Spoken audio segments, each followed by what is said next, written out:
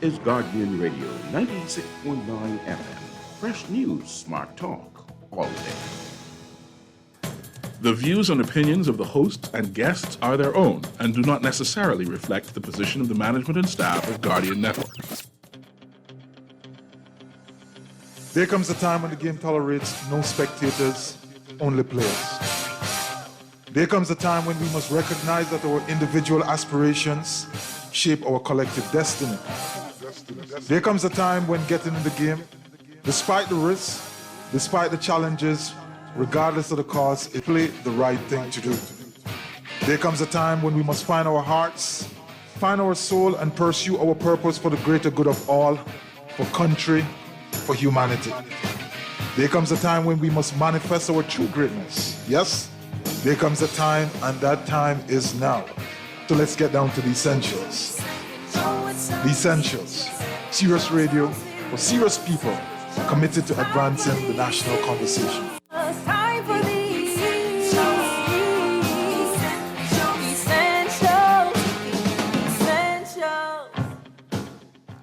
And good evening and welcome to The Essentials. This is Hubert Edwards, your host. This is The Essentials, The Reset. This evening we're going to have ourselves a conversation largely around the speech from the throne. We heard that yesterday. It was one of those moments that many people wait for, the opening of Parliament and the general reenactment of some very interesting ritual from my perspective, very Eurocentric rituals, some things which I personally believe, I'm not trying to convey my views on anyone, but I personally believe that it's about time that we kind of lose some of them. I don't see them as being necessarily advancing in our thinking, but of course, they're not that significant if you left them. Don't hurt anybody too much, just my personal view. We'll have a discussion today with our guests, and we are going to really look at this whole issue of where does the Bahamas go from here. We have heard the speech from the throne. We have seen the legislative agenda, the policy agenda, the thinking, if you will, laid out in very clear relief through the presentation by the Governor General. And the question now is, what next? And so we will have to ask ourselves some important questions. And one of those questions is really going to center around where do we find income? Where do we find means of diversifying the economy? Where do we find means of feeding ourselves, of food security? And so as we go through this, we will definitely incorporate those discussions. In the news today, priority agenda. Government pledges to stabilize finances, fight the pandemic, and grow the economy. Women serve as House Speaker and President of the Senate. This is great progress right here in the Bahamas to see proliferation of women taking up the various leading position in both houses, but also the number of women who are involved in both the Senate and the House of Assembly. Minuscule's speech from the throne rehash. That in itself for me is a very interesting discussion. I believe that the anticipation that from one administration to the next there should be fundamental shifts is not necessarily the best way of thinking about government. As a fact, I would think that if we are in a position where we move from administration A to administration B, and there is a significant continuance in the programs and the initiatives by the former administration, then that may be a positive. Of course, we know it plays into this whole idea that while in opposition, the opposition tends to really indicate that pretty much everything the other party does is wrong. PM to probe the possibility of ministerial conflict in prison. And we also see where the government is going to amend critical financial legislation. Senator Thompson, this would be Senator Kwesi Thompson, says the FNM left sound investment plans in place for the PLP. I am 100% sure that the PLP is going to say otherwise. Roll foreign currency inflows in 2021, already out 2020. It's one of these headlines which sometimes is very can catch you off guard, because the truth is, yes, it does outpace. It's a significant portion of that which is actually borrowing. And our ex-finds expansion partner seeking to create the first pan-Caribbean exchange. And so that is important development there. So let's get right into it. We have on the live line Mr. Dion Gibson. Dion Gibson, welcome to the Essentials. Welcome back to the Essentials. Thank you, Hubert. Thank you for having me, man.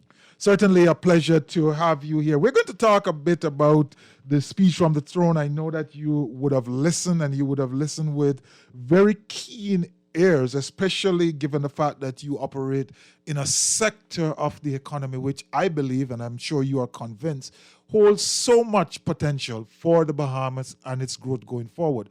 I honestly believe that if the Bahamas fails to find the strategies, to find the programs, to find the funding to really jumpstart agriculture in a more serious way, we're going to miss out on great opportunities over the next short while. As a matter of fact, I want to say this, and I want to say this very clearly. I believe that agriculture is one of the best sector to leverage some of the good things which are present right here in the Bahamas. So, Dion, you listened to the speech from the throne. What were your thoughts? What are some of your takeaways? Did anything jump out at you that you think is going to be beneficial to your sector? You know, in listening to the speech, I was impressed, and as one of the commentators on one of the stations that was covering it said, it was it's lofty, very ambitious. But I think that you should be ambitious when you're in that position. Mm-hmm. With regards to agriculture, you know, it's a very small segment of it that just spoke about achieving greater food security, reducing the reliance on imports as a matter of priority. That's a direct quote. And then also introducing the regulatory framework for the cannabis industry, which we have to remember is still a part of agriculture.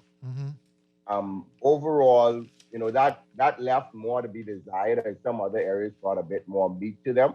But, you know, I took the liberty to go and look at the blueprint, which I guess would be the reference point, the PLP's blueprint for their term. And it does go into a bit more depth, especially with the marijuana framework or cannabis industry, as we term it, as well as the green economy, as they have it termed in their blueprint. And so I think, and knowing the minister, well, I don't know the new minister personally, but knowing of him and knowing what he is interested in, I think that we might be in a pretty decent realm with this particular administration with regards to agriculture and food security. There are some things that, you know, I would personally love to be a fly on the wall or have a seat at the table to understand exactly how they plan on doing it, because, you know, oftentimes we have these goals, we have these visions, but it's not fully thought out, and I don't think the real stakeholders are not often in those rooms helping come up with these plans and goals.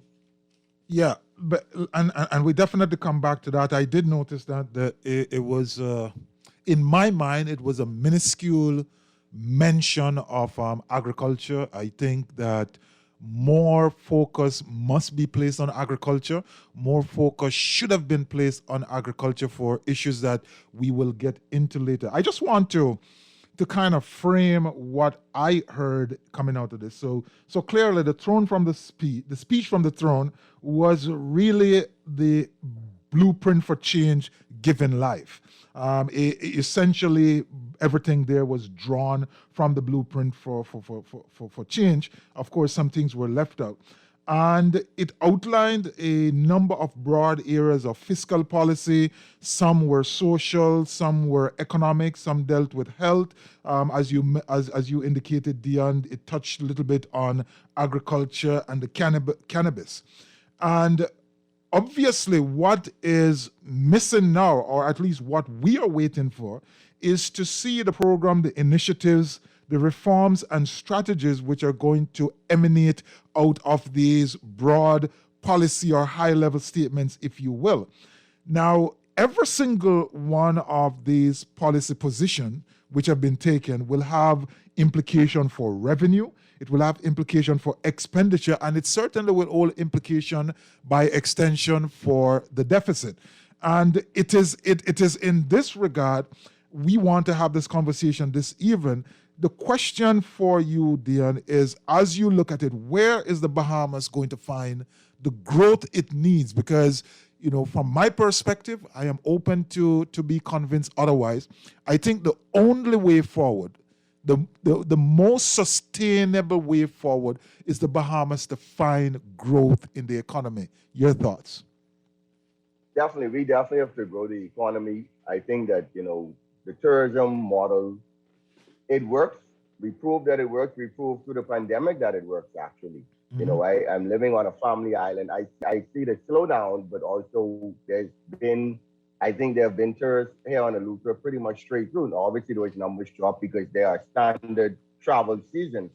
But I think we still need to not either, but we need to diversify tourism a bit more from just a destination to more experiential, eco-tourism, agro-tourism, religious tourism. I noted that they're pushing to bring back sports tourism, sports in paradise, I think they call it. Yes. And I think while that works, it's still just one sector primarily. We have to diversify it and find other areas, which, obviously I may be a bit biased and say that agriculture is one of them. And I'll rehash my quote that I thought you were going to say, but also I think we need to look at the tech industry. I note that they just opened the FTX trade, the crypto trade over here, the third largest in the exchange. World. Yeah, which I think is awesome. And I want to touch on something you said earlier, comments of now former Prime Minister Minnis, and his comments about it's a rehashing, which that's fine, because we should all have the same goals as you mentioned. We should all be working towards making the country better. And I think that, yes, there has been a common stop, review, and cancel, but we need to stop and review. If it's not something that you think or you see is going in the right direction, by all means, stop it, review it, and if it can be corrected, correct it, and resume. If it should be canceled, I think it should be done regardless of who is the party in power. And I say that simply because having spoken with a former cabinet minister who was a part of the last administration, I know that there were things that are being carried and continued by this new administration that they would have began the framework for. And there's nothing wrong with that. We need to do that because we cannot have projects stopping because, that's a PLP agenda item, or this is an FNM agenda item. No, if it's for the better and the greater good of all people, by all means, we have to keep it moving and keep it going. Yeah. As we speak, we are in the midst, and for persons who, I should have said this, for persons who may not know who you are, Dion is an agriculturalist. I don't know if that's how he defined himself. He can correct me, but he is a young man who has been in the agricultural sector for a long time, despite his young age. He's very sober about his experience. He is very given. He's always contributing. We have persons like myself who knows him personally. We have the benefit of just, dropping in on him and say, hey, how do you do this? How do you deal with composting? How do you set up something in the backyard? And so these are individuals, I think, a young man, who we have to kind of unearth them. We have to really put them out there because they represent the next generation. They represent the new thinking. They represent the new Bahamas. And we must tap into persons call them millennials, millenniums, or whatever millennial. Let me get that right. So, but the whole idea is we often hear ideas from persons in the advanced generation. Now we need to hear the views of the young people. So, Dion, as you look down the road over the next 5-10 years, which industry in your mind has the ability to help the Bahamas grow the fastest and in the broadest way? I think that's a tough question, but I think I want to not seem biased, but I do think feeding ourselves is definitely one of those ways, and feeding our tourists. You are a native of Jamaica. When I go to Jamaica, I don't go and eat KFC, and if I go to KFC, I can get rice and peas and even jerk chicken on the menu at KFC. When you come to the Bahamas, they're gonna send you to a burger. If they're not sending you to fish fry or poop deck or something like that, they're gonna send you to a burger joint or something that's not inherently Bahamian. Yeah, Our and food, I would just want to share this with you because you said that the every fast food operation in Jamaica, right, is yeah, required by law to buy all their beef and all their chicken from Jamaica. yeah, and I know that for a fact. And goat, and I was this is we're actually in the middle of Caribbean Week of Agriculture, Mm-hmm. and in one of the talks I was listening to yesterday, they noted how in St. Lucia you're required to buy all of your poultry, and by law in St. Lucia, they're not allowed to import more than 30% of their eggs. And Right. that's a touchy one for me as well because I'm very fond of the egg industry. And in 2006, we started importing eggs in this country. In 2006, not even 20 years ago. You understand? And so these are very serious things you need to look at. One of my favorite quotes, I'm sure you have heard me, maybe some of your listeners have heard me say it. Thomas Jefferson said that a country that owns her own food or produces owns their own riches. Mm-hmm. Because no one can come in and take my food or anything. And I think that, if we get our farmers to produce at a certain level, because, I always give my farmers some flack, but we have to produce at a certain level, increase our quantity, which requires some support from the community as well as the government to assist in that. But in growing your own food, you own your food. It's the new term is food sovereignty, not so much food security. And that's what I would have liked to hear from this speech from the throne, because food sovereignty speaks about not only having food, but controlling where your food comes from, controlling what you eat. Mm-hmm. We import food that we know isn't good for us, but I want to get back to the industry part. And I think, again, the tech industry, I think that, at one point I don't remember if it was the last administration or one of those before that were pushing Grand Bahama as a tech hub. I think that needs to happen because you don't need, you need, I wouldn't say minimal infrastructure, but you need infrastructure, but you don't need a vast amount of space or a vast amount of land. What could happen in an office building downtown could move the entire earth that we live on because you don't need a lot of space. We can be a hub for that. Mm-hmm. We can be a hub for, and I guess that would come under the orange economy, so to speak. But even the blue economy with our marine resources, we need to improve and enhance that. Look into mariculture because we know that we're overfishing certain areas, but people come here for our seafood. We ship and export seafood like it's nobody's business. So how do we make ourselves make more? And if it's one more industry I could touch on, let's put the aragonite in the hands of the Bahamian people.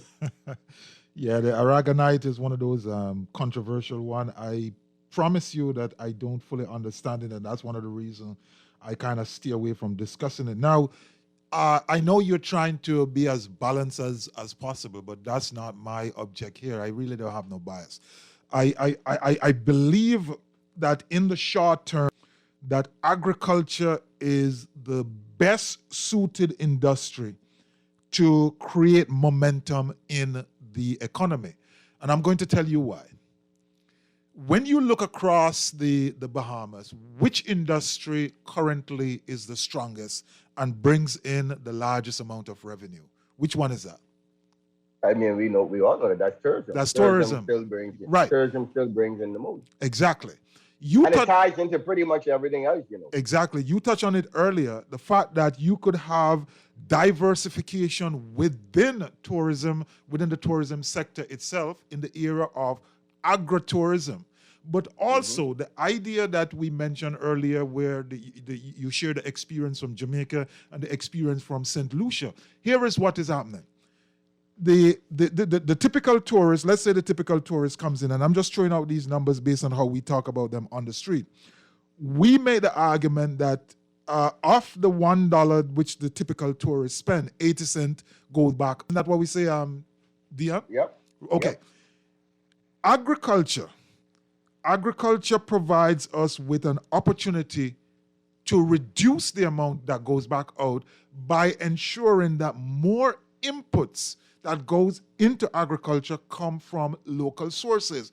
i.e., eggs, meat, agricultural product, whether that is vegetables or citrus or whatsoever it is. Now, it's not going to happen overnight, but certainly the linkages which exist and the natural connections between both represents the best means for us to domesticate some of that profit which is moving away from our greatest asset at this point in time, well, our greatest industry at this point in time. And consequently, as we talk about diversification, we must also talk about how we redirect the spending from tourism into agriculture, which then creates a market for agriculture and creates an ability for farmers to grow and develop their operation. Talk to me, Mr. Gibson.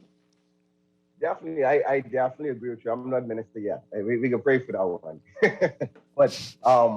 but I definitely think it's a direct link.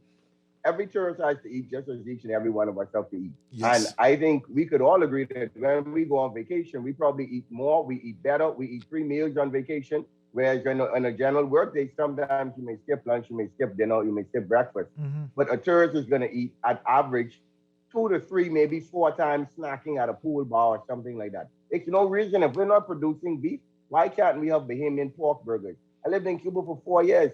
I never had a beef burger in Cuba because of their issues with cattle and all of that. But all of the hamburgers you got were pork. We can be different. We don't have to go down the same route as everyone else. And 100%, they are directly linked. You're gonna eat. You're gonna eat.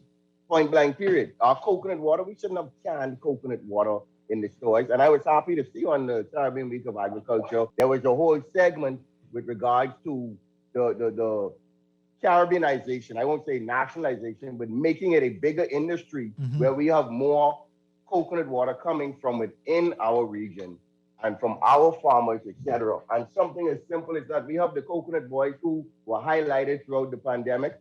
Why aren't we helping them brand that so that a hotel like Bahama can say, I know how many bottles you selling on the side of the road a day? Well, I need XYZ more. Can you do that for me? We have large coconut farms here in the country. I could talk about many different things, many different products from agriculture that can be expounded, built upon to start small. We should not say, I don't think any government should jump up and say we're gonna produce 75% of our food in any time frame. No, I believe in under promising and over delivering. Let's say 25%, focus on some areas that are already functioning and doing well, build them, grow them, so we could say, okay, we're no longer importing eggs. We corrected the wrong that happened. We are no longer allowing foreign coconut water because we have our boys here doing it. The conch. I mean, well, obviously we know all of our conch comes from the Bahamas. Are they really making what they put into it? Because we know that fishing is a very tedious task and it costs a lot. So we have to look at these things. I think that the government needs to revisit the subsidies that are given to farmers. I don't know if fishermen receive any, but we need to look into that. How do we improve that? Because at the end of the day, these industries cost money, and because we know that we saw where they mentioned moving from a minimum wage to a livable wage. Well, we need a livable cost of operation because it's really not livable for many industries.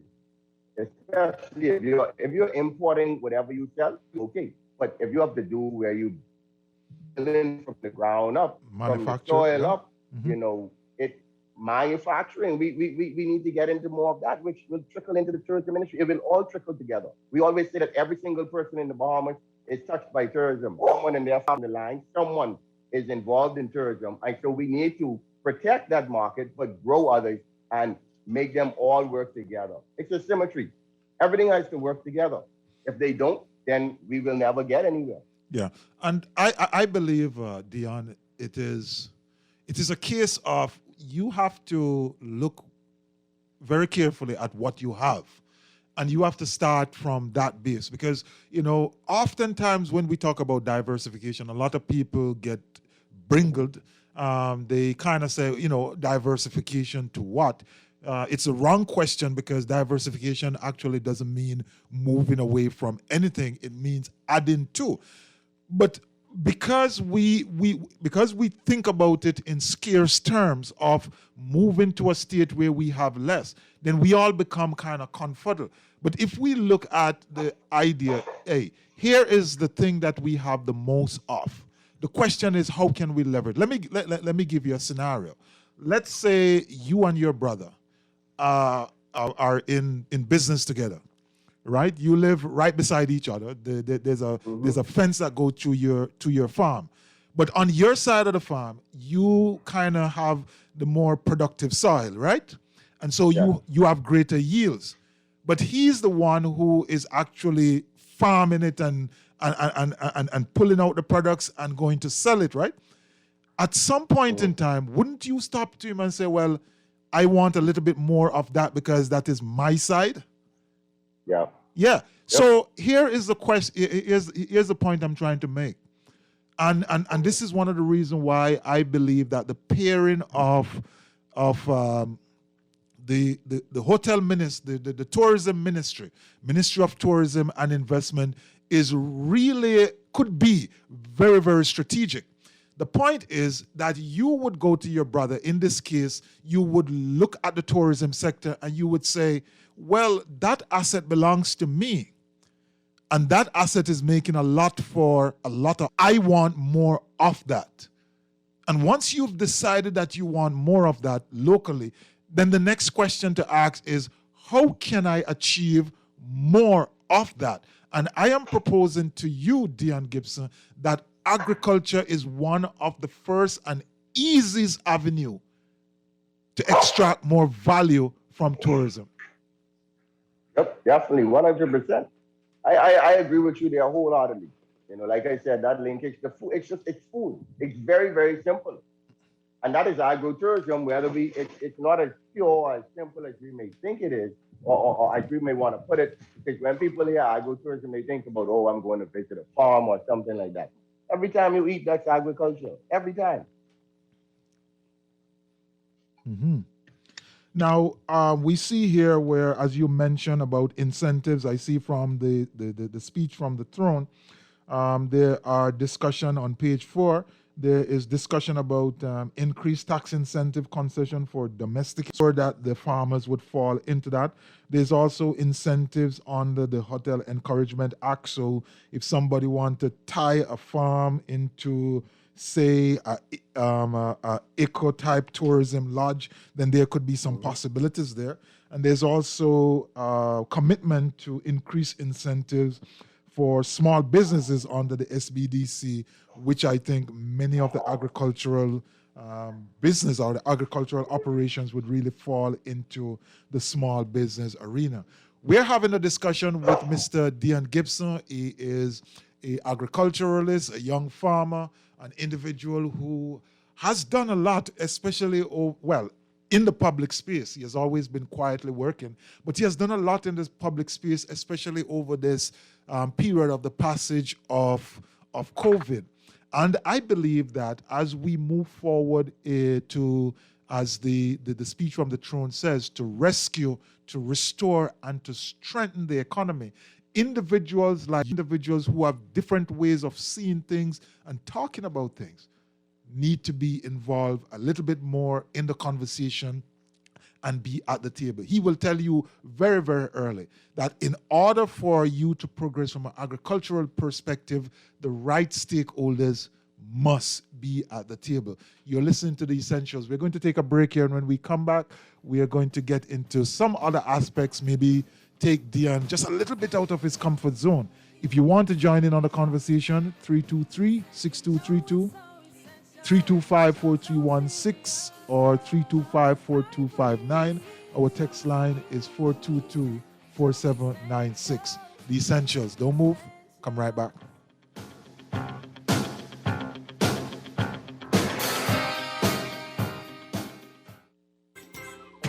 For the best jerk in the Bahamas, you must have Baloo's. Pork, fish, and chicken served with our delicious country-style sauce and authentic festivals. Baloo's.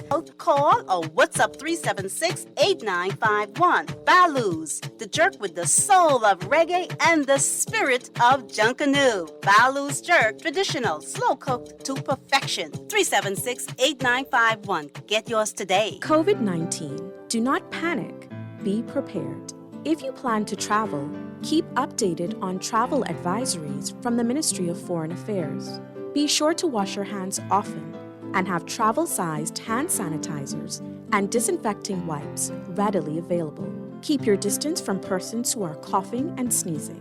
Avoid touching your eyes, nose, and mouth. This can help protect you from COVID-19 infection and other respiratory diseases. This message brought to you by Bahamas Ministry of Health in conjunction with Guardian Radio.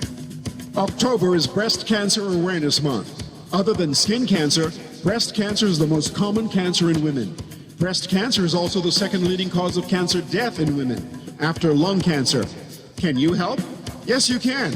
You can take steps to help lower their risk of developing breast cancer and help find it early when it might be easy to treat. You can also help connect women facing breast cancer to patient programs and services they might need throughout their treatment. We encourage you to share these messages during Breast Cancer Awareness Month and throughout the year. 2021 has been a powerful reminder that we are all in this together, and our choices and actions have the power to protect the most vulnerable among us in a big way. By working together, we can inspire hope and become a force for good and help create greater awareness during Breast Cancer Awareness Month. To participate in our upcoming supplement, be sure to contact Guardian Media's advertising department today or your account executive. This is Guardian Radio 96.9 FM. Fresh news, smart talk, all day. I'm not settling, yeah. Oh, I'm not settling. I deserve the best. Not going to live my life like the rest. I'm not settling. I deserve the best. Absolutely no opinion, no contest. I'm not settling. I deserve the best. And welcome back as we listen to Ricardo Clark sing I'm Not Settling. I think that song, which the producer just chose all by himself, great producers here at Guardian Radio, I think it indicates in a very interesting way at this point in time the stance that the Bahamas must take, in my mind. No settling. Right now, right here, today, this moment, we have to go for it in a big way. To settle for anything less is going to sell ourselves short in the short term and in the long term. I was reflecting on the speech from the throne, and I wrote this. The recovery process must be broad-based. The focus on multiple things. To stick to one thing alone will be detrimental. What do you say about that, Mr. Gibson, Mr. Farmer? How do you see us kind of navigating? I know you touch on some of the areas that we can look at as an industry, but obviously there are broader issues of building or rebuilding, depending on who you speak to, of rebuilding the economy. How do you see the new administration going at this? And if you were in a position to advise, what would you be saying to them? I really think, as you said, it does need to be broad-based. We cannot put all of our eggs in one basket, pun intended. Mm-hmm. But, we have to look at all of the areas that I mentioned earlier. They have proven and are proving, that it can be done. I think we have to look at model countries that have done what we want to accomplish. Granted, we have to be scaled and logical about it. I like to look at Singapore, but I have to remind myself, we don't have 30 plus million people. I think the Bahamas is underpopulated, but too centralized in one location, which I think limits our growth. And, that brings me to another point that we need to bring some development, more development to the family islands, other than just a hotel, because it's still tourism centric. So decentralize the country. Let's move, not move away from NASA. You still have your central government, etc. But I also believe that these industries, as I said, Grand Bahama is the tech hub. You know, maybe Andros is our agricultural hub. Nothing wrong with it. They have the most fresh water which you need in agriculture. You know, let's move UB out of New Providence. I think something as simple as that, or put different schools on different islands, you know, and just broadening the horizon. Because if everything is in New Providence, we saw with Dorian, the second and third largest economies in the country. Right. If the storm had continued on its course that it was supposed to take, New Providence was the next up, and we would have been finished. So we have to move away from being Nassau centric, and I think that that's one of the starting points. Look at these industries. Where would or could this industry flourish? How can I introduce other industries on different islands? You know, the orange economy, sure, take it to Grand Bahama. We know the Grand Bahama needs some love. You know, it's been that stepchild, and I love my Grand Bahamian friends, but I don't visit Grand Bahama often, because what is there for me to go to other than seeing some friends and family? And nothing against them, but you know, there needs an injection there. You know, you go further south, the further south you get, the quieter and the deader it gets. It's beautiful. Yes, it's 100% beautiful. We need to preserve that natural beauty. I believe in sustainable development. You know, sustainable agriculture is my background. And so I think that's where we need to start. Let's look at these industries. Let's broaden the country. People tell me, oh, I've been to the Bahamas. Where'd you go? I've been to Nassau. I've been to Atlantis. No, man, you ain't been to the Bahamas, man. You know, you've been to one spot on the entire map. We got over 100,000 miles of land, and you've been to one of the smallest spots. You know, I'm from Nassau, so don't get me wrong. I love New Providence. I go home often, but it's way more than that. And so we need to treat it as way more than that. As long as we treat it as just Nassau and everything have to go through Nassau, no, man, we're not gonna get far. Yeah, and I think you hitting it out of the park. We had someone was calling in. Callers, feel free. I just didn't want to break Mr. Gibson's thought at the time to give you a chance to speak. But certainly feel free to call us back. We want you to join in on the conversation. It's an important conversation to have. Now that we know exactly where the government is placing its priority.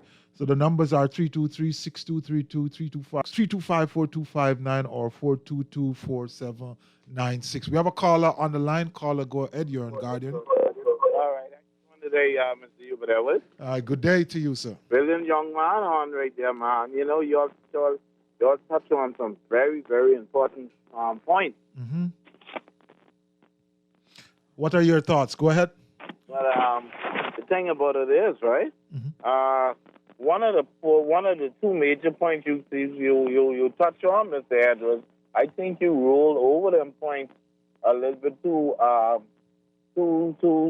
quick. I think they need to be flushed out and ironed out. Yeah, which two points are those?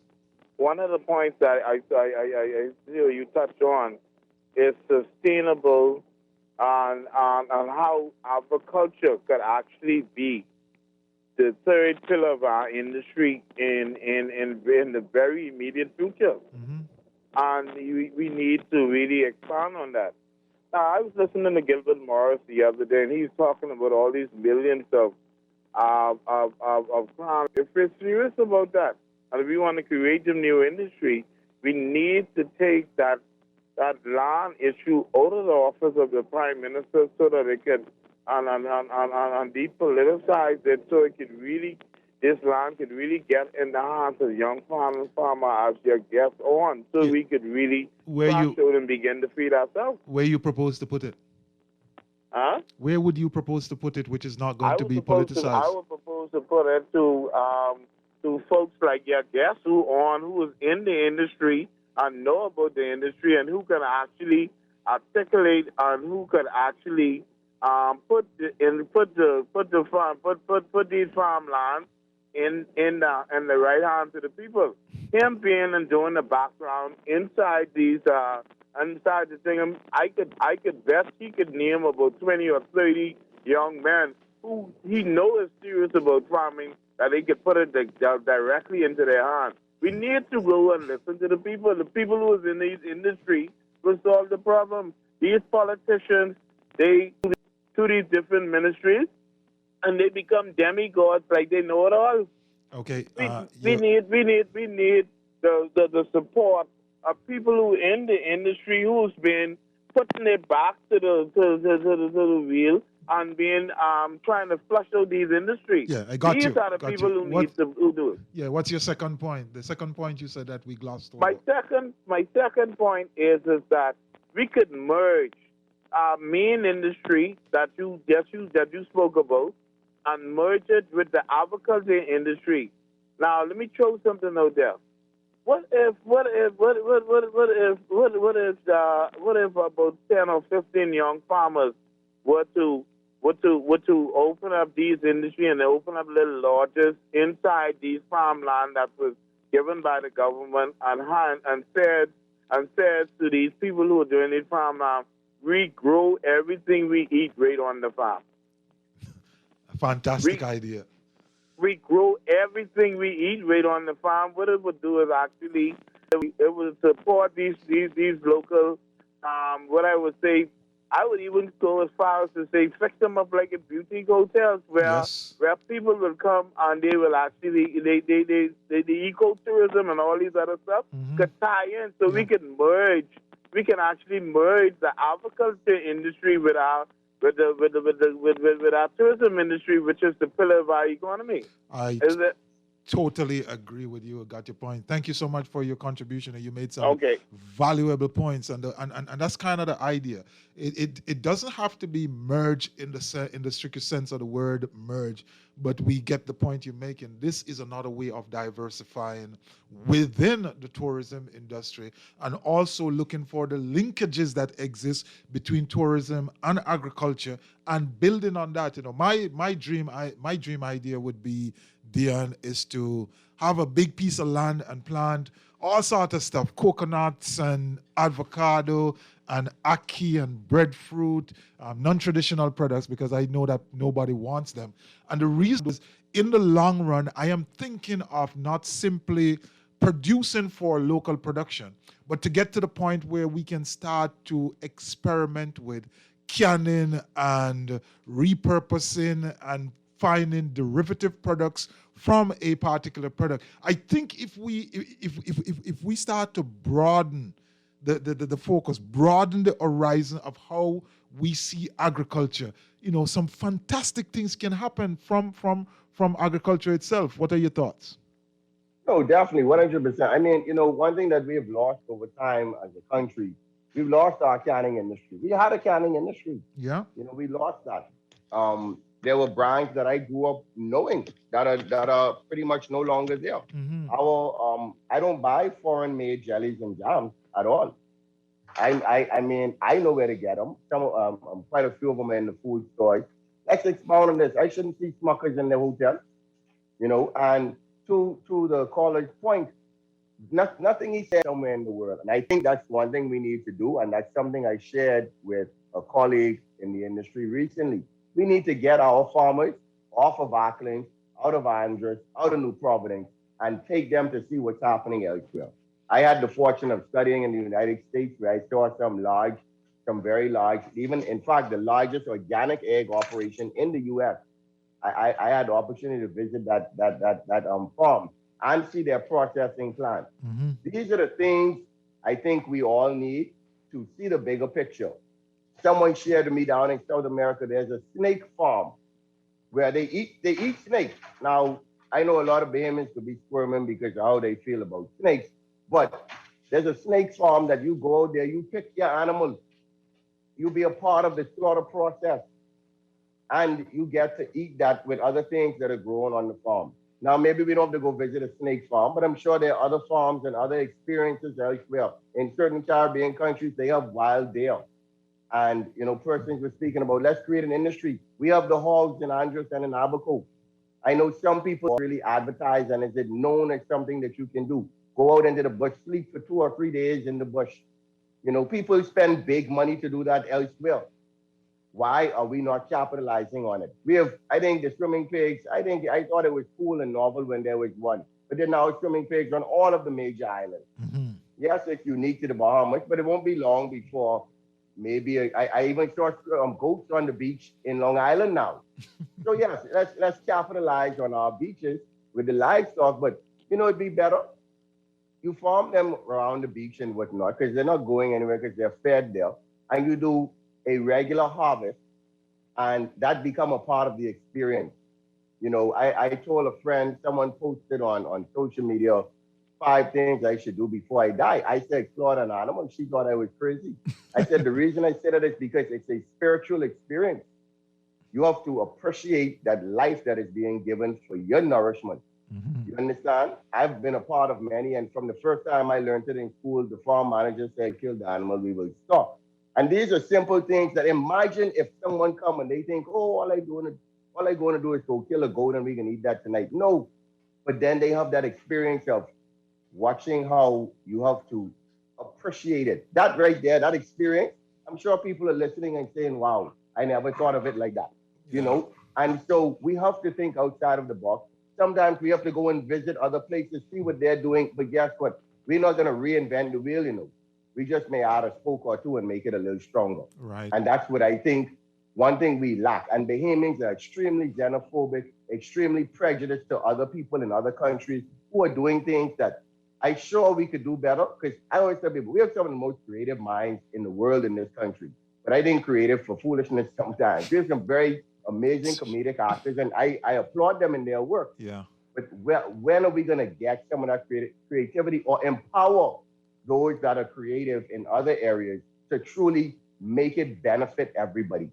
Yeah, I think without necessarily taking on every single word differently, but the Bahamas has some very creative beings. John Canoe plays that out. It's unfortunate though that in many other areas where the greatest level of creativity is displayed, it doesn't translate to maybe the greatest level of development or the greatest level of earning. Like, John Connor becomes a really something which I think can make way, way more money.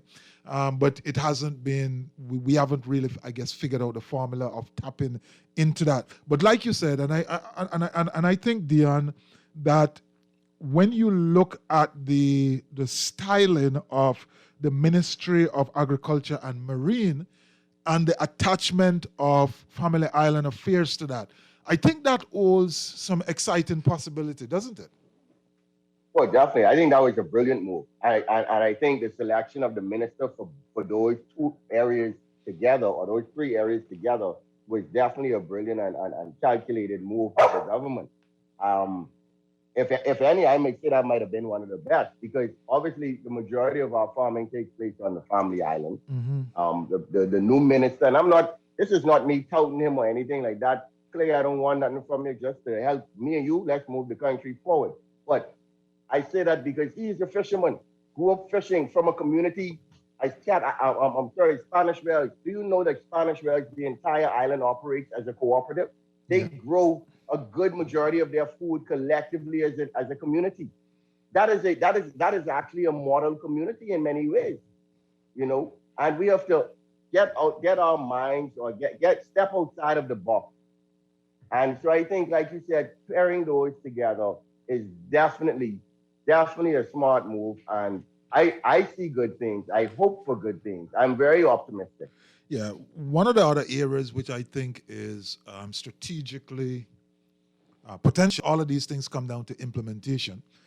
Strategically, very, very significant is the old discussion around developing a strategic plan for each Family Islands.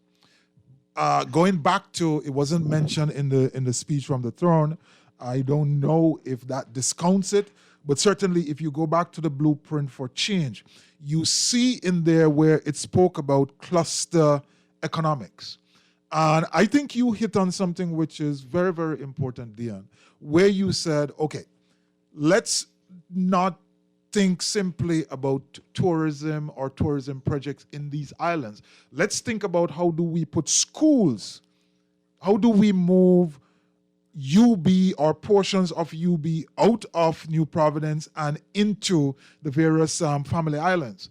And why is this important? If we look around and persons have their way of looking at this, in the United States, they would go to a far-flung town or outside of a town and they would build a prison. And that prison jumpstarts the economy because what? Well, you have the prisoners there. The prisoners need food. You need to have guards there, and the guards need to live closely, and they need housing. And the guards have family, and those family, the children need to go to school, and the wife need to go to the store, and the wife need to buy clothes, and they need to go to the movies, and so on and so forth. When you look at cluster economics in a strictest sense, it's really thinking about the spill-offs. What are the areas which are going to be needed to support a particular function? So, for example, if the Guardian, for example, decide, well, we are going to print in Agua, then Printry obviously would want to locate there. They understand that the reporters are going to need food, so they will set up a supermarket. And they know that the persons just can't run from Inagua back to New Providence. So they will build houses or they will build accommodation and start to rent that. That in and of itself jumpstarts the economies. I think it was under the Perry Christie administration when they had this idea of anchor projects, right? It was a thinking in the right direction, but maybe in the wrong industry, because it was largely a replication of the big box tourism in these far-flung places, and I think that's why it failed. Our caller said earlier, hey, you need to now start to think about how do you take portions of agriculture, how do you take portion of the orange industry, how do you take portion, as you mentioned earlier, of the blue economy, mariculture. How do you rethink planting? Not simply in, okay, I need 1,000 acres, but how do we, what you refer to it as hydroponic? Yes. How do we use modern technology to move our processes forward so that we can create immediate and near-term value in order to domesticate, that's my term, to domesticate more of the foreign exchange which comes into the country and then go back out. In many instances, it doesn't even come in here in the first instance. When you sit around with your agricultural colleagues, Dion, what are some of the things that they're saying? What are some of the things that they're asking for of, if you will infrastructure facilitation that they think is needed in order for them to have an easier time moving their industry forward? But one of the big things, I'm going to start off with this purposely, is farm insurance. Now, farm insurance is 3 different areas. You get crop insurance, livestock insurance, as well as building insurance. Currently, the only thing that's offered is building insurance. Mm-hmm. The equity, the money in farming is not in the building. My livestock and my crops would make that building possible. So the real assets are what I think need that coverage, especially being in a hurricane belt, which I know ties into why insurance companies are reluctant. I've heard communication. Dion, just hold your thought a bit. We have a caller. Don't want to lose him. We'll come right back to it. Caller, you're on Guardian Radio. How you doing, Mr. Edwards? I'm doing great, and you? Good. We are currently in the sector, specifically agro processing. By we, you mean who? You and your operation? Well, when we say we mean the company. Okay. No man is an island, Yes.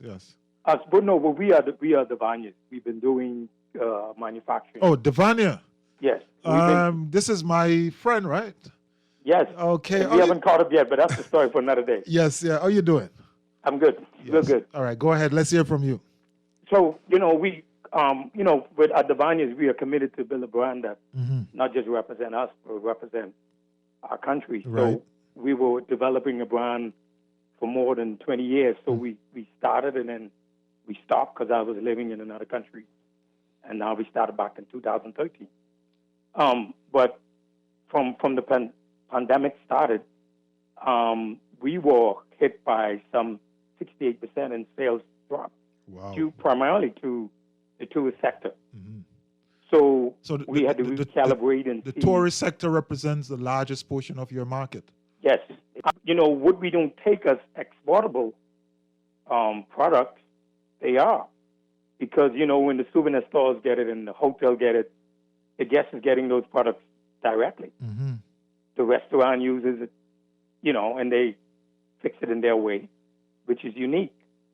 But I think what needs to happen is that our sector in particular need to be supported because the linkages between us and the farmers and all the stuff that gets thrown away can be reduced considerably. When you say supported, right? I mean, supported is a broad term.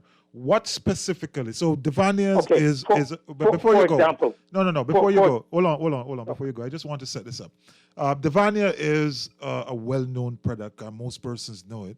I believe, and I've said this before, I believe that the Bahamas should have, 5, 6, 7, 8, 9, 10 well-recognizable product out on the international market, which is associated with the country and associated with the culture, on its way to become that. But when you ask for support, what are the specific things that you are looking to the policymakers to make possible? Okay, I mean, we during the pandemic, we were able to get some assistance from immediately from SSBDC. Yeah, that's money. That's money, though. Yes, that was one. So to keep the business going, because because of the sector that fell off considerably, we had money is important. Recurrent expenses. But moving forward, I think there need to be capital investment into new equipment, help us expand into bigger facilities. The companies that do have the capability for export or who are exporting, and that's very easy to retrieve because they can go through inland revenue and micromanage the companies and can tell exactly how much revenue they're generating. Then I think agriculture and also the Standard Bureau should create a portal that we could report every month what we're producing with the batch numbers, how much of that is being sold to domestic market, how much are you exporting, how much has been sold to the tourist market. So we get a bird's eye view of where products are being sold. So as we upload those data or data, they would be able to get an idea on how they can help them. I do believe through the Chamber of Commerce, it should be promotion of national brands because it's a niche market, and once you can see year on year you have an increase in sales. Why not try to promote those brands through tourist sector promotion, etc. It's right in the front of us. I do agree with you, and just to piggyback from your idea, just to extend it a bit, I believe that one of the things which the Bahamas must do in this administration and going forward is to borrow, as Dion said before, look at what some other persons are doing, but to borrow from a number of regional countries who does this very well. Jamaica is one of them. JAMPRO, right? Organizations which help companies to become export ready is a fun strategic infrastructural investment into expanding the economy in the long term because it's a means of bringing in revenue. And I think that more need to be done in that area. We can't just simply sit down and say, well, we don't export anything. We have to start to create the environment where we are helping brands get ready for export. Go ahead. But Mr. Eds, we are exporting. It's probably not just to the tunes of what they would like to see, but you have to start somewhere. Yeah, but I think what you're talking about can be a very good marketing department yes, in BAIC that can do this. I mean, you get some real savvy young people who can, I think within 3 months, there's a pathway we can be exporting more to the U.S.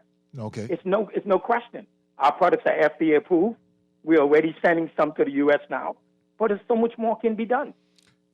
And I really believe there's an opportunity, and we have spoken before, and this is one of the areas which I personally would love to commit myself to help as in any way I can. I believe you have a fantastic product. I believe you have a fantastic brand and a system which is already in play, and simply you just need the help. You just need the sort of facilitation to make this so that when somebody in Timbuktu picks up the Vanier, the first thing that comes to mind is Bahamas. And that in and of itself is part and parcel of not just marketing a product, but marketing a country, branding a country, positioning a country, and selling a culture.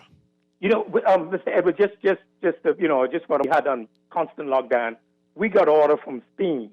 This lady said she can't get to the Bahamas, and she needed some of our pepper sauce. Wow. And she wanted so much. I checked. I couldn't get it to Spain. I couldn't. So I had to call the guy in the U.S. and ask him if he can get it over to Spain. And she didn't mind what the price was. So I thought it was a possible cure, just being facetious. Yes.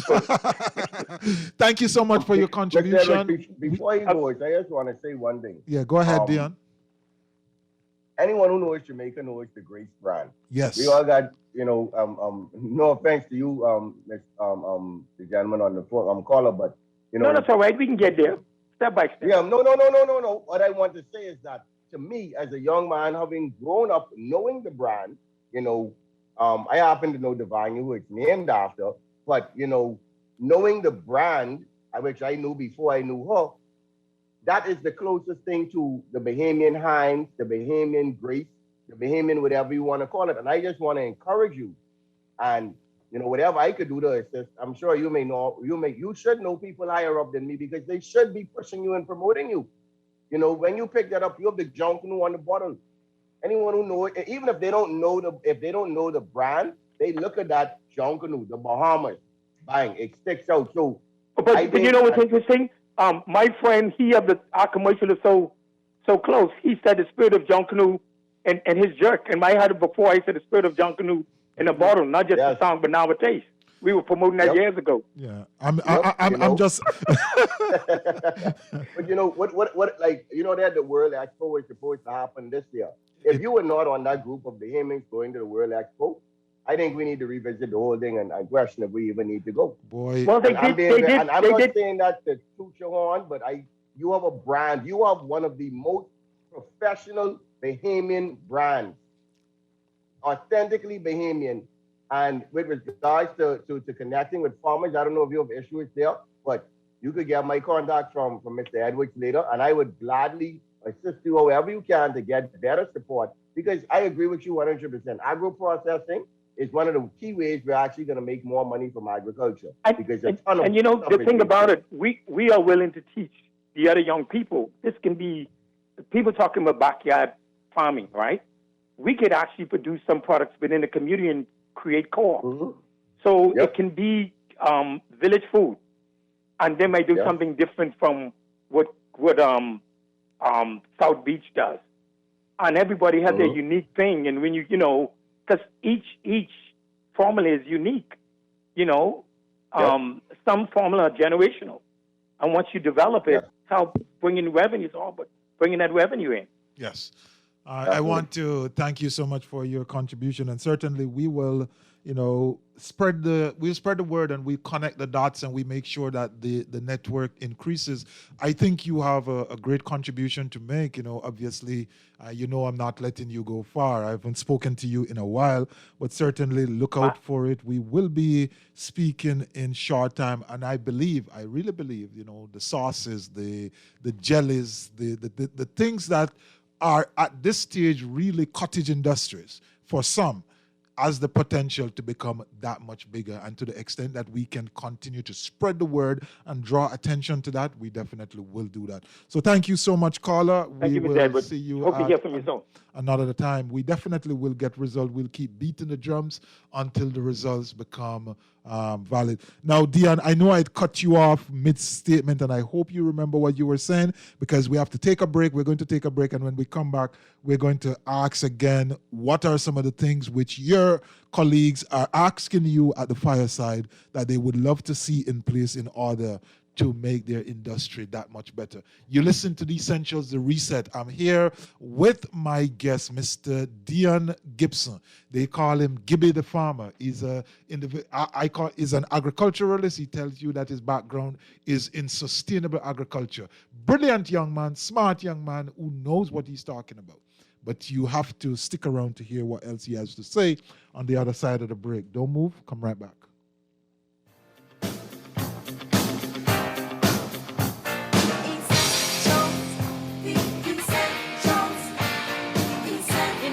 So essential, so serious. Time for the essential.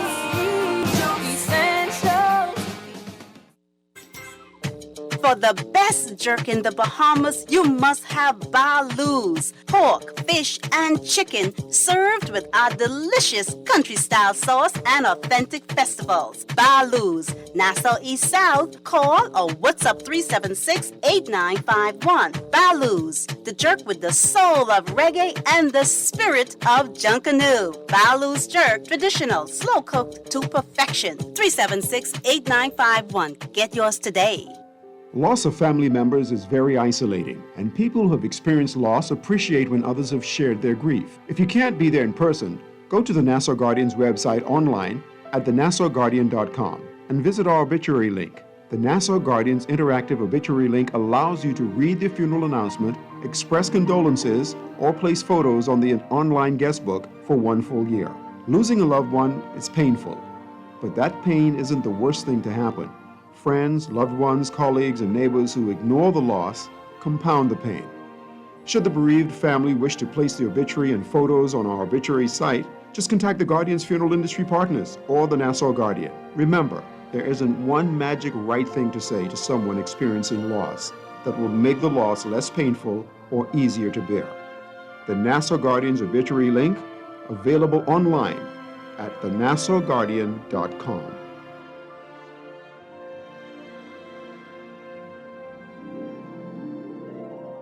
Have you heard about the COVID vaccine raffle? If you are vaccinated against COVID-19, you can enter to win amazing prizes like food store gift certificates, hotel stays, beach excursions, and so much more. Even if you are previously vaccinated, you can still enter to win.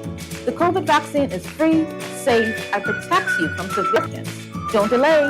Get vaccinated today and enter to win. Visit www.vaxbahamas.com to register. COVID-19. Do not panic. Be prepared. Some persons may get worried and feel stressed whenever there's an outbreak of diseases like COVID-19. Do not panic. It is better to be informed and prepared. Talk to a healthcare professional about your concerns. Make a plan for how you will keep your home and workspace clean and disinfected. Practice proper hygiene and preventative actions such as proper hand washing and coughing and sneezing etiquette. Stay informed about local COVID-19 updates from trusted and reliable sources. This message brought to you by Bahamas Ministry of Health in conjunction with Guardian Radio. This is Guardian Radio 96.9 FM. Fresh news, smart talk, all day. On his plate, he act like he never eat before and he ain't to eat no more. He had 5 pieces of chicken, macaroni and cheese, roast beef, pork chop, rice and black-eyed peas. He had cucumber, crackle, corn salad too, potato salad and coleslaw, just to name a few. And welcome back to the Essentials on Guardian Radio 96.9. The Essentials, The Reset. We're having a conversation with agriculturalist Dion, the farmer, Gibby the Farmer, Gibson.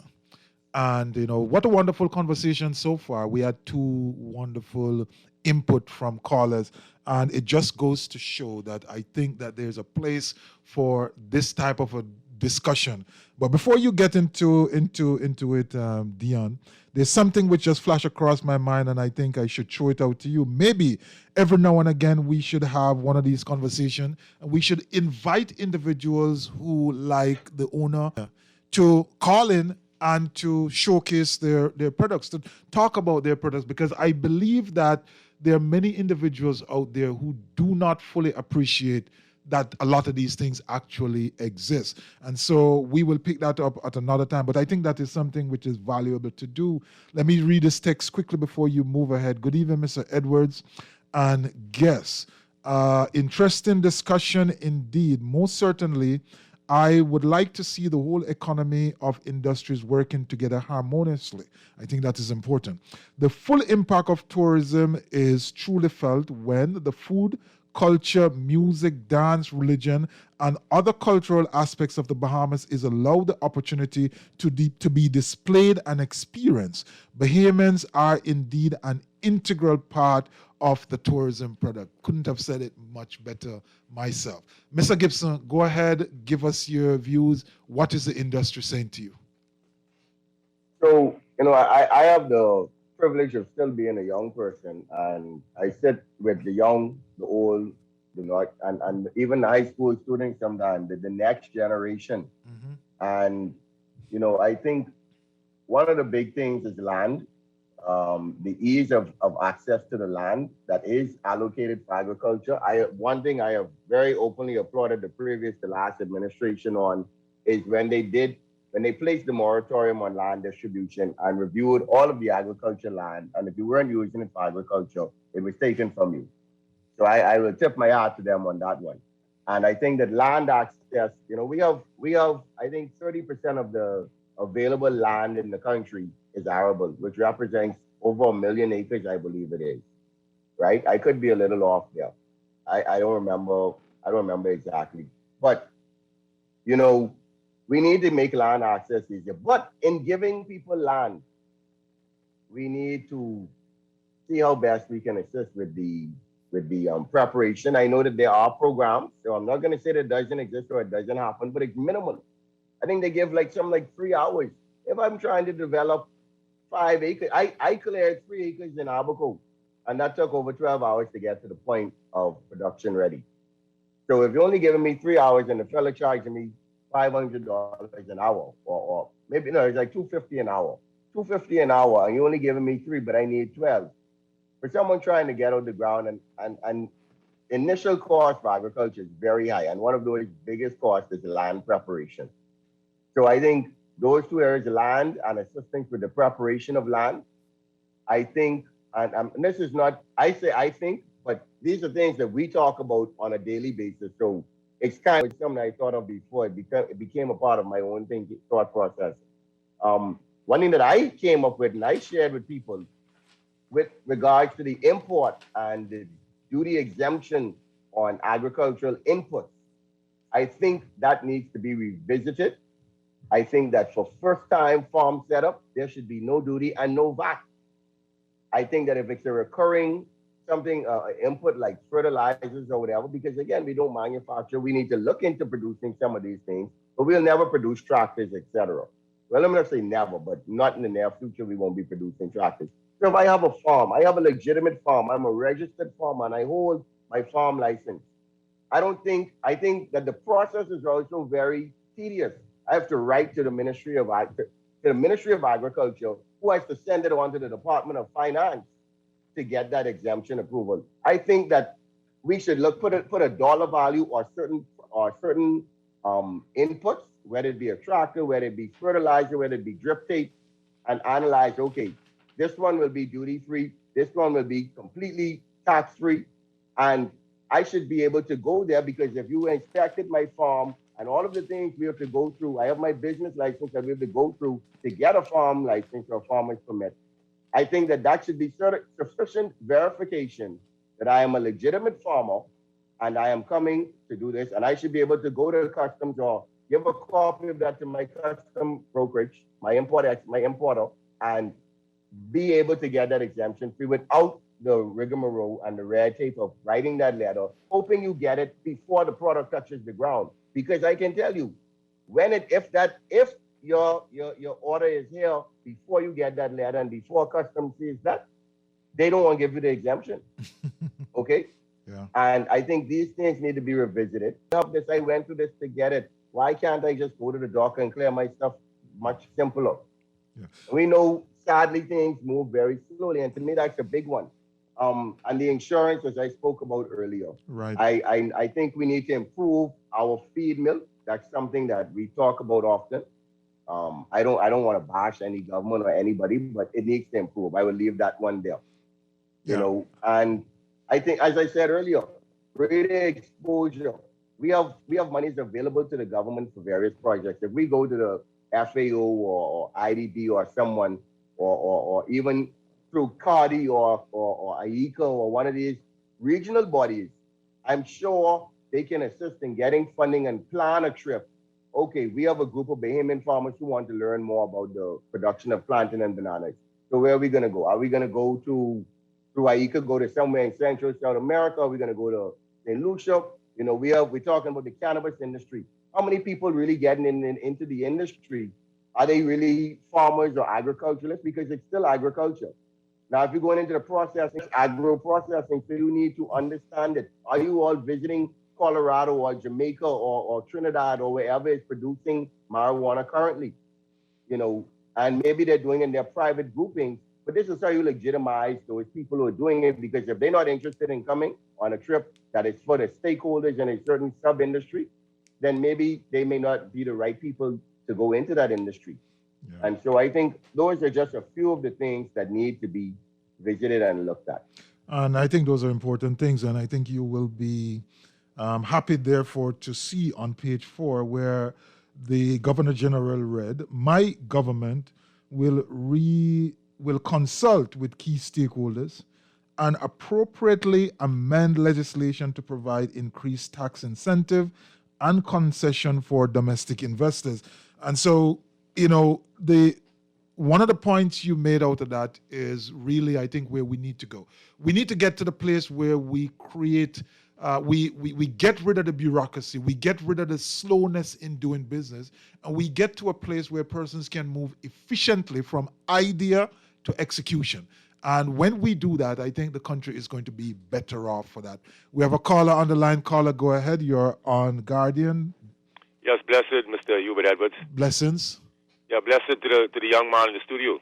Yes. Blessings. Yeah, and I he made me feel like I left out, after I dropped out of college. But I really was majoring in agriculture and biochem, right? Mm-hmm.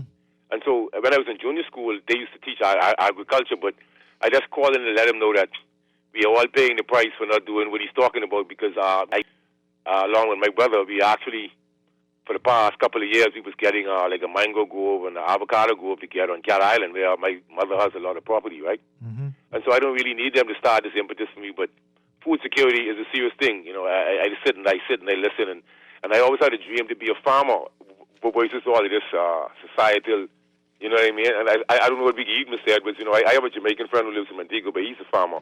And so I guess we'll be eating big houses and cars and Rolex watches and coat suits and dentists. You see what I'm saying? Because when you look at the global supply chain, apparently the learned amongst us couldn't conceive that this would have come to. I listened to a former military man in Jamaica who's now a Maroon, right? He anticipated these things spiritually and biblically, right? Mm-hmm. And so, even within the little homestead, and on the place out east with my old man, when there's a lot of fruit trees and stuff, et cetera, et cetera. And so this is the way to go. But, I don't know how long it'll take to get these groves. Like, really, I wanted a grapefruit grove. But I find the citrus to be very, very, you have to tend to it so much. I have, the citrus, you have to really pay attention to citrus trees to get them to mature and really watch them. I hope, every time I plant a fruit tree, I hope I live long enough to see it bear. And I did on one or two occasions. Yeah, but you should be having... This is a great initiative. Yeah. We all lack vision, and I guess we'll pay the price. No, we don't. Not everyone lack vision, and I think part of the reason we having this conversation is because at least one person on this call have some on this program have some vision. I think Mr. Gibson I guess you're right, but has spent his time doing that. That's to be, but it's lack vision or suffering from man-made decision. You see, I listen to Muda Walker from grade 8, Mr. Edwards, and I'm well good in history, and I know these social and global constructs. I was following up from the 90s, man. Yes, man. You know, so God help us all, bless. Blessing and love. You know, and yes, here is where we are, 52. Whatsoever we haven't done up to now hasn't been done, and therefore we can't reap the benefits of it. We now need to start to dream about the benefits of the future, and therefore start doing what we can do and what we should do. And that's why we're having this conversation. You talk about food security. Dion prefer to refer to it as food sovereignty. But the whole idea of food security, generally speaking, when you go on look at the academic discussion behind it, it talks about availability. The food need to be available in sufficient quantity, and it needs to be the appropriate type of food. It have to be affordable. So persons need to have access to it. So, you know, right now, as we speak, there's a lot of gourmet food someplace in the Bahamas that both me and Dion can't buy because they sell it too expensively, right? So it's not a case of food being there, but the individual must be able to buy and afford the food. So it's not simply looking at agriculture in and of itself, but this whole discussion around minimum wage, livable wage, the cost of living, ensuring that person's standard of living move to get persons above the poverty line. It all rolls into part and parcel of all of this that we're talking about. And then the last part of it is nutrition, because you can fill your belly every single day with a lot of food, which doesn't do your body any good. And so when we talk about food security or food sovereignty, we have to remember that this can't be just go plant any old thing. We have to be very strategic in what it is that we're doing. Because let's say we had the ability to, all of a sudden the Bahamas have all of the cassava in the world and we couldn't import any more food. Now we would live, we would survive for a time, but after a while, there would be health issues. There would be nutrition issues. And so we need to bear those in mind as we talk about this. Dion, we are running out of time. We have about 7 minutes to go. And I want to touch on something which is going to, well, maybe, I know he's a very brilliant young man, but it's really about the way we recover the economy and some of the discussion around the economics, the reduction in VAT, the need to address our loan situation. Recently, we heard talk about the Bahamas potentially defaulting. When you look at the idea of us rescuing the economy through the lens of farming and through the lens of agro and marine and so on and so forth, how does these issues impact you, the farmer, impact you, the agriculturalist, impact that sector and make it that more, maybe make it more difficult to get things off the ground? And what are some of the things which you think would be needed to kind of, you know, smooth those out and put you on a better stead from an economic point of view? Yeah, that's a pretty heavy question, but you know, I think, and it goes back to a lot of the same points. We have to look at where we are, look at what we have. Even in my day-to-day work and things that I do, my life, I always try to stop, analyze where I am, what is going wrong, and how do we correct it? What did we do in the past that got us to where we are? And what are some of the things we can do, or look outside to what other people have done or are doing to improve our stead and our position? And I think, you know, again, food security, agriculture, food sovereignty, food production, it holds a very big place in the success of a nation. Mm-hmm. The quote that I didn't say earlier, I coined this phrase, as you know well: a nation will never experience national security, health security, job security, or financial security without first experiencing food security.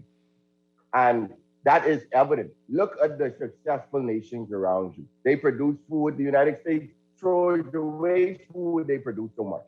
Other countries have to export because they produce so much.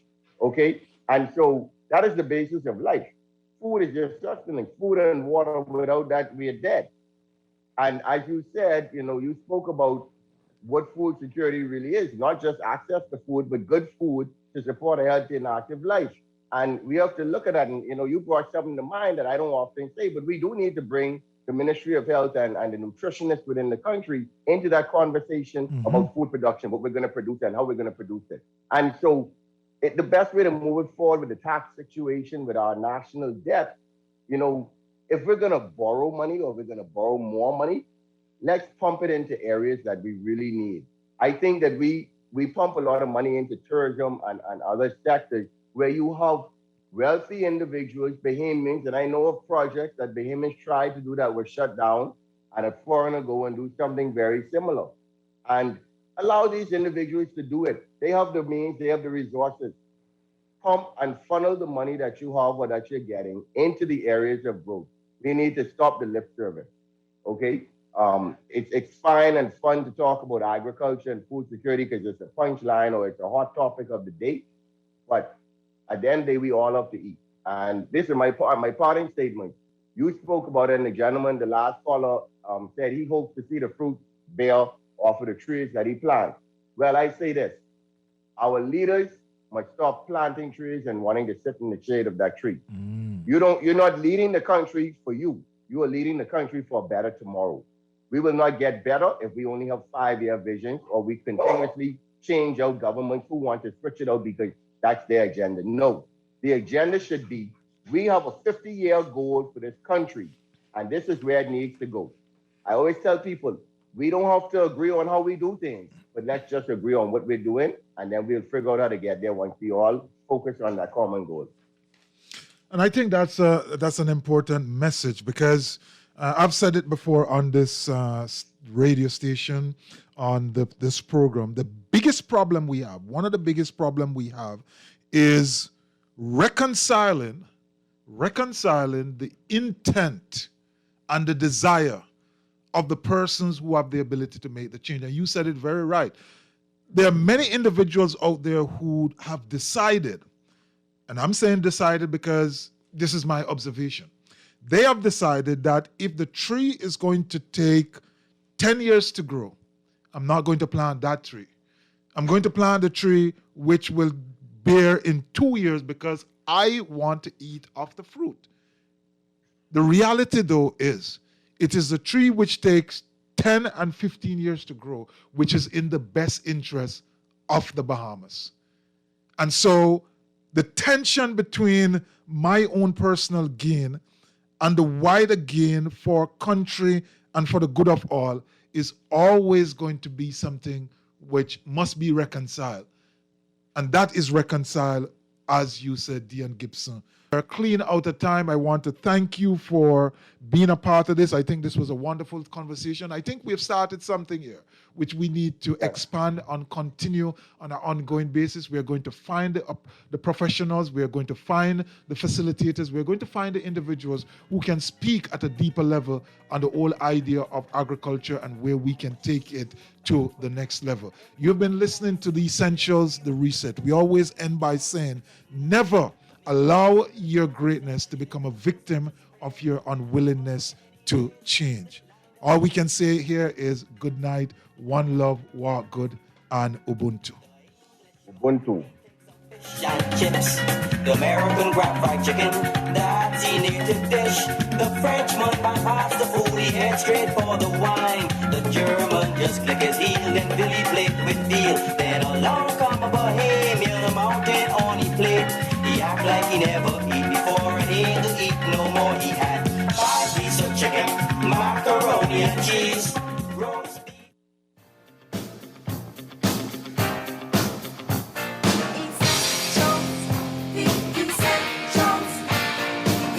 You know it's so essential.